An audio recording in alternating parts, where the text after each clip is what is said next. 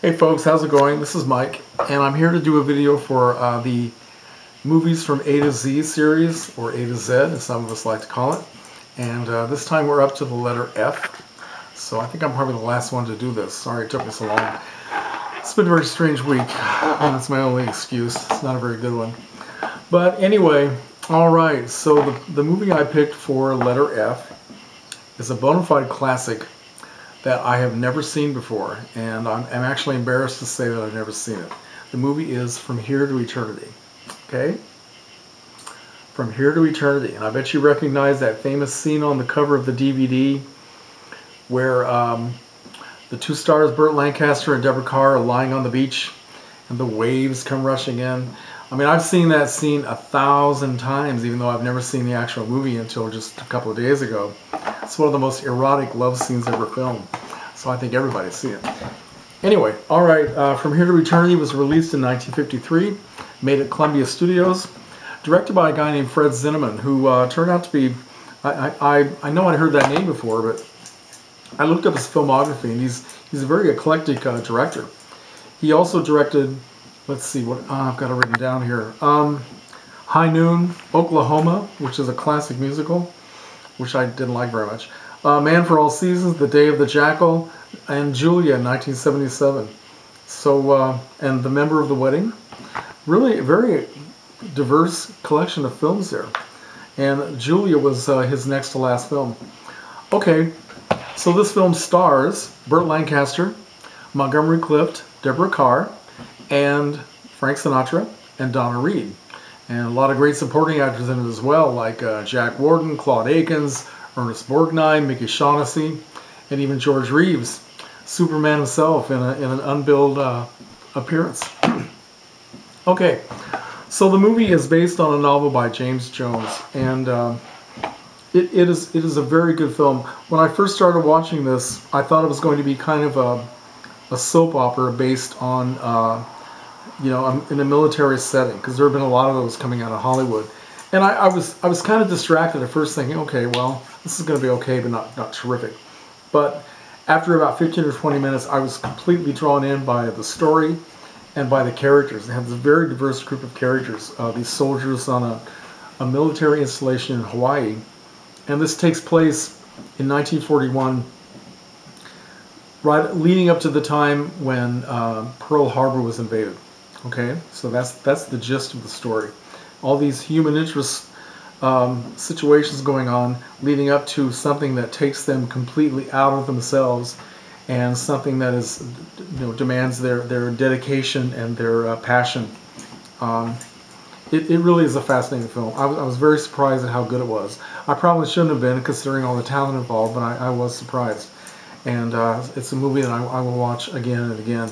And I don't want to give a lot of the plot details away, because people are talking about this in some of their videos about people give too many things away, and they spoil it for people who have never seen it before. And I'm one who just did a first watch of this film, and I'm so glad that I didn't know that many details about the film, so I'm not going to give them to you. But just very basic. Burt Lancaster plays a guy named Sergeant Warden. He is kind of the assistant to the captain of this military installation in Hawaii, and a career soldier. And Montgomery Clift plays another career soldier whose name is Robert E. Lee Pruitt. Okay, and he has just transferred to this particular company, and he starts clashing with some of the people there, especially the captain, because he used to be a boxing champion in his old company, and the people in the new company want him to do the same thing for them, because it's prestige, and it may help the captain get a promotion, so they're really pushing this. He doesn't want to do it for a very special reason, so they decide to basically bully him as much as they can to get him to change his mind. And that's one of the main plot points of the story. And as this continues, Burt Lancaster's character, who at first is kind of looking at this guy as if he's just kind of a hothead and a hotshot, he grows to care about him and respect him very much as being a man of integrity. Deborah Kerr plays the wife of the captain, and she has a very sad life and a very sad marriage, and she is not faithful because her husband is not either. So it's a very complicated situation. Frank Sinatra plays another guy in the company. His name is Maggio, who's basically a good guy who is a little bit mouthy, and he tends to be even more mouthy and belligerent when he gets drunk, and he pisses off the wrong people, which makes for a dramatic plot point in his life.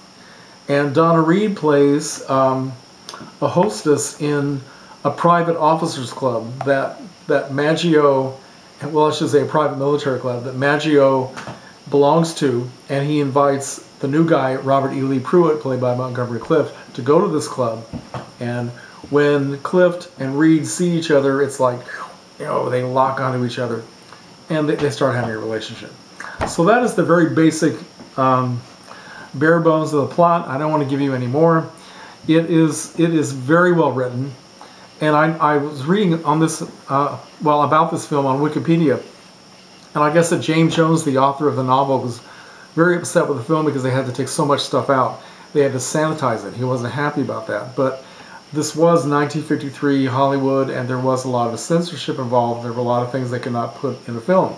However, it also said on Wikipedia that there were a lot of things that Columbia Studios refused to take out, even though the censors wanted them to do it. So it kind of shows that period in 1950s cinematic history when some of the filmmakers and even some of the studio heads were starting to rebel against the strict censorship of the time. So that was kind of an interesting thing to read. And I guess that famous scene, you know, the love scene where they're lying on the beach, which is really pretty hot. I guess originally the censors wanted them to do it standing up or some nonsense like that. And Burt Lancaster and Deborah Carr just absolutely refused to do it. And there was also a rumor that the two of them were very attracted to each other in real life, and they got involved. I don't know if that's true. Deborah Carr, of course, was playing against type. She was a beautiful English actress who was kind of typecast as a very genteel lady, a very ladylike person, and she wanted to do something very different. So she played this American character. And Ian, sorry, don't mean to upset you, but she does a very good American accent. So you may not want to see this film. I don't know what to tell you. It won a lot of Academy Awards. It was the Best Picture of 1953. It also got Best Director, Best Adapted Screenplay, and it had nominations for Burt Lancaster and Montgomery Clift, and I guess they kind of canceled each other out. But they were both very, very good in this film. And Frank Sinatra and Donna Reed both won Supporting Actor Awards. Now, it's interesting that Frank Sinatra, he was kind of at a bad period in his career. He was sort of in the dumps, and he campaigned for this role because he knew it was good for him and he thought he could do a good job. And the screen test that he did was so good that they kept it in the film. There's a scene where he's in a bar and he's shooting dice or some nonsense like that. And so yeah, he got the role and he was very good. And it revived his career. He had a very solid film career after that for almost the remainder of his life. And for Donna Reed, it was kind of the opposite because she had been in films since the early 1940s and generally playing very nice girls next door. That's kind of what she was best at, or at least everybody thought that she was. She was iconic as the girl in It's a Wonderful Life, you know, the ultimate sweet girl next door. And then she did this, and she kind of peaked. Her career and her acting ability, which is considerable. I mean, she proved herself to be a really good dramatic actress in this part, but she kind of peaked. And after this, she never had another role that was nearly as good. She had a variety of roles in adventure stories and westerns and love stories, but never anything as good as what she had in From Here to Eternity.